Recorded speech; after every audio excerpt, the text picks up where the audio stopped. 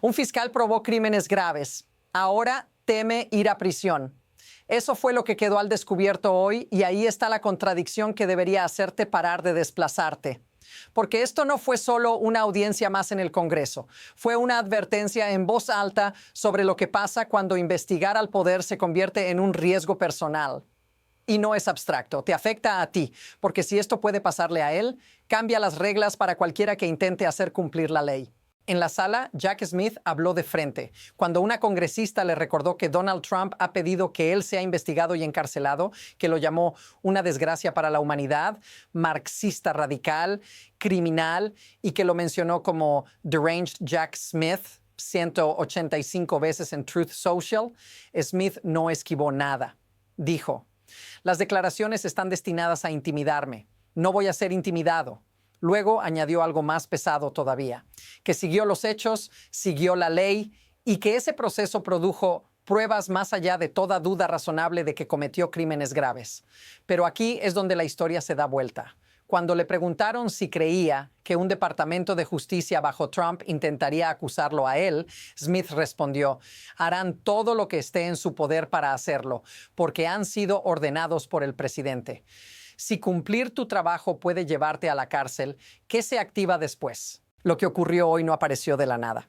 Esta audiencia fue presentada como una revisión técnica, casi administrativa, pero en realidad solo mostró una parte del cuadro, no todo. Apenas lo suficiente para entender que esto no es un conflicto personal entre Donald Trump y Jack Smith. Es un patrón que se viene repitiendo y esta vez quedó expuesto frente a las cámaras.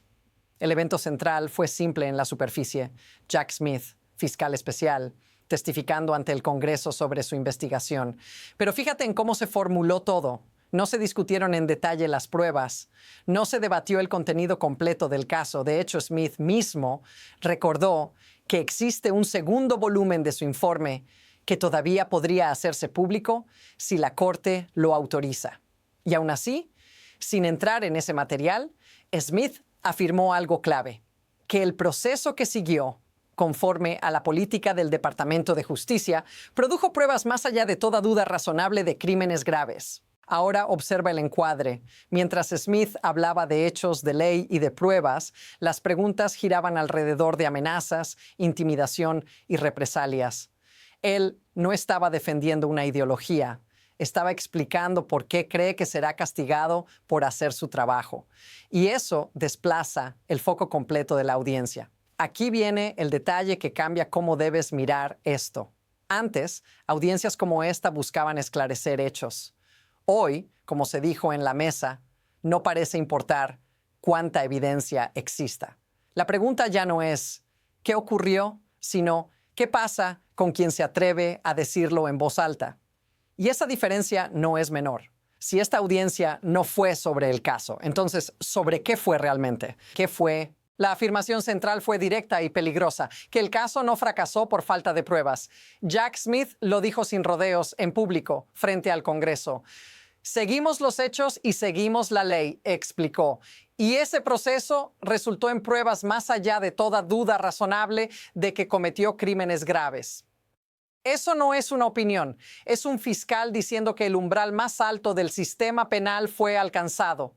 Y aún así, el caso no avanzó hasta un veredicto. Esa es la primera señal de alarma, porque si tienes pruebas más allá de toda duda razonable, pero el resultado no es justicia sino represalia, entonces algo en el sistema ya se movió de su lugar. Fíjate en lo que Smith no hizo. No entró en los detalles del expediente, no dramatizó, no levantó la voz, repitió una frase una y otra vez: no voy a ser intimidado. Lo dijo cuando habló de Trump. Lo dijo cuando habló de las amenazas. Lo dijo cuando le preguntaron si temía ser acusado él mismo. Esa repetición no es retórica, es una defensa. Pero aquí está lo que casi nadie subrayó. Smith también dijo que estas declaraciones no solo buscan intimidarlo a él, sino servir como advertencia para otros. En sus palabras, son una advertencia sobre lo que pasará si se atreven a ponerse de pie. Eso cambia el alcance completo del asunto. Ya no es un fiscal bajo ataque. Es un mensaje enviado a cualquiera que esté mirando. Notice lo que falta en toda esta escena. Nadie negó la existencia de esas pruebas. Nadie dijo que el estándar no se hubiera cumplido. La discusión se desplazó por completo a otra pregunta. ¿Quién paga el precio por haber llegado tan lejos? Y cuando una audiencia deja de girar alrededor de los hechos y empieza a girar alrededor del castigo, la historia ya no está en el pasado, está avanzando. Entonces observa cómo esto empieza a escalar, porque aquí es donde lo excepcional comienza a sentirse normal. Varios comentaristas lo dijeron sin rodeos. Antes de Trump, había cientos de Jack Smiths dentro del Departamento de Justicia. Personas que elegían ese camino, no por fama ni dinero, sino por una idea muy concreta del servicio público. Hoy, esa descripción suena casi arqueológica. Como si Smith fuera un resto de otra era, sentado en una sala que ya no funciona con las mismas reglas. Y aquí aparece el precedente silencioso. En el pasado, cuando funcionarios del Departamento de Justicia eran presionados para hacer algo indebido, renunciaban. Esa ética profesional, renunciar antes que obedecer una orden incorrecta, era vista como una fortaleza. Pero ahora, fíjate en lo que se dijo hoy. No fue una o dos renuncias. Fueron bosques enteros de personas saliendo al mismo tiempo. Fiscales senior, agentes del FBI, los perfiles más experimentados. ¿Y qué ocurrió después? Amenazas legales, ataques a su reputación. En algunos casos, amenazas de muerte, especialmente cuando sus nombres fueron expuestos y amplificados en medios partidistas. El resultado, según se dijo en la mesa, es que el Departamento de Justicia fue vaciado desde dentro, no por una ley, no por una votación, sino por presión constante. Ahora viene la parte inquietante. Nadie en la cúpula política salió a defenderlos. No Merrick Garland, no Lisa Monaco, no Joe Biden.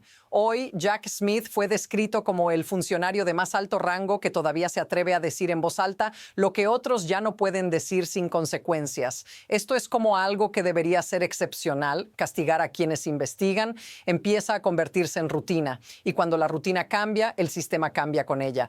Pero lo que viene después no es gradual, es abrupto. Entonces todo se acelera y no da tiempo a procesarlo con calma. Primero, Smith dice algo que normalmente nunca se dice en público, que está casi seguro de que intentarán procesarlo a él. No en un futuro abstracto, como una consecuencia directa de haber hecho su trabajo. Segundo, se introduce otro elemento de presión.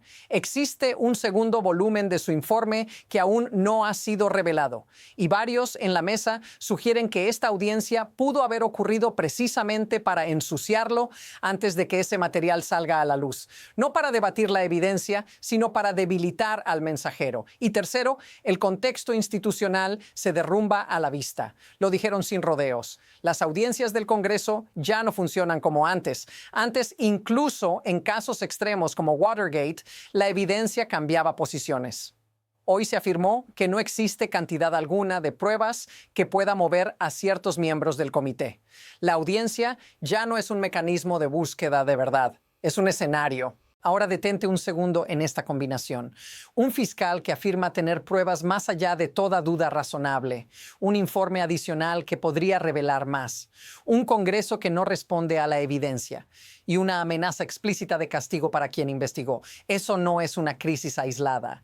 Es una pila de presiones ocurriendo al mismo tiempo.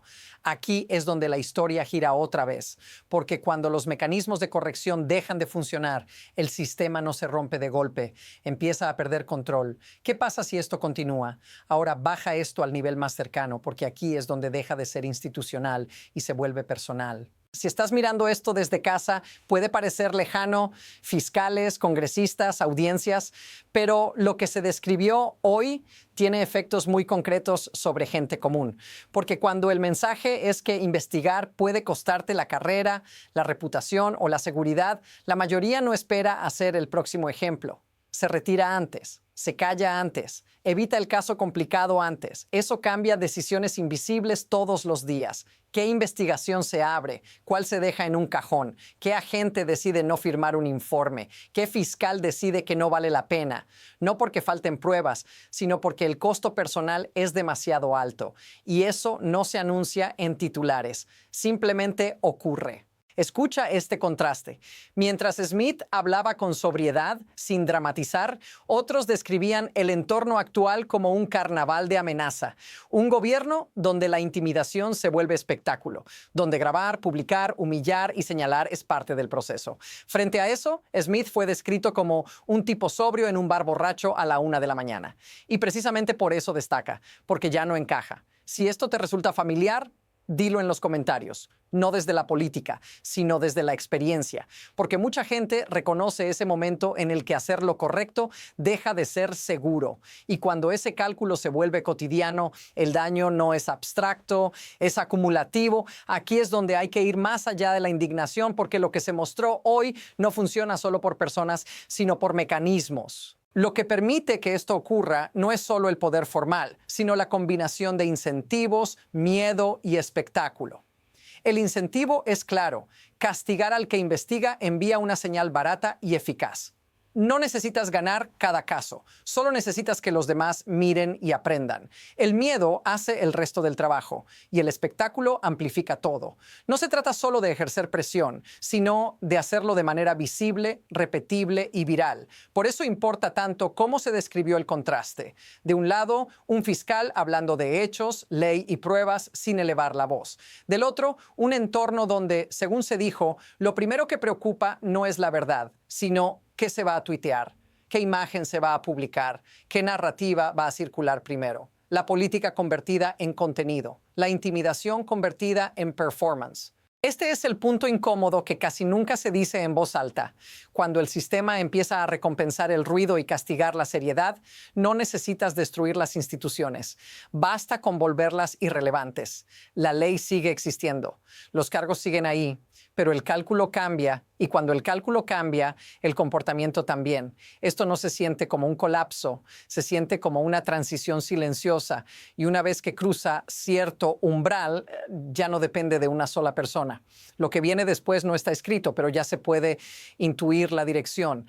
Ahora mira hacia adelante, porque a partir de aquí solo hay dos trayectorias posibles, y ninguna es estática. En una, todo esto se normaliza. El mensaje que dejó esta audiencia se asienta.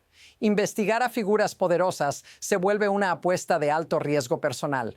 Los fiscales aprenden la lección sin que nadie tenga que decirla explícitamente. Los informes existen, las pruebas existen, pero el impulso se frena antes de llegar al punto de no retorno.